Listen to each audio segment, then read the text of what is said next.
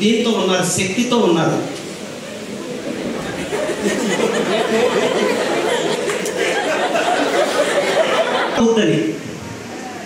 ఆ శక్తితో ఉన్నారు మీరందరూ. అంటే ఈ శక్తి మొత్తాన్ని మీరు ఒక చిన్న ఎక్స్పెరిమెంట్ ద్వారా ట్రై చేయండి. ఒక స్కూల్కి వెళ్ళండి, ఒక చిన్న స్కూల్కి, అంటే ప్రైమరీ ఎడ్యుకేషన్ సెంటర్కి వెళ్ళండి. 1వ తరగతి 2వ తరగతి 3వ తరగతి చదువుతున్న పిల్లలకి పాఠం చెప్పండి. ఒకరోజు ఓర్పు అంటే ఏంటో తెలుస్తుంది, ఆ టీచర్స్ పడుతున్న కష్టం ఏంటో తెలుస్తుంది, జీవితం అంటే ఏంటో అర్థం.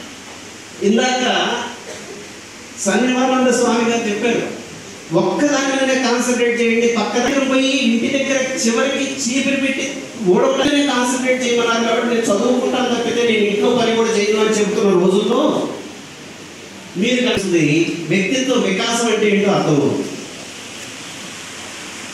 ఒకరోజు అలా గడపండి. 2వ రోజు మరి ఎప్పటి వెళ్ళకండి, మీకు పిచ్చి.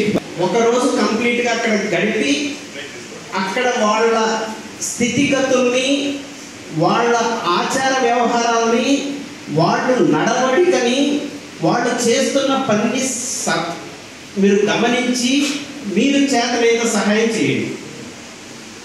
ఒక వారం టైం తీసుకోండి, పర్లేదు. ఆ తర్వాత తోట పని చేయండి. ఒక రోజు తోట పని చేయండి.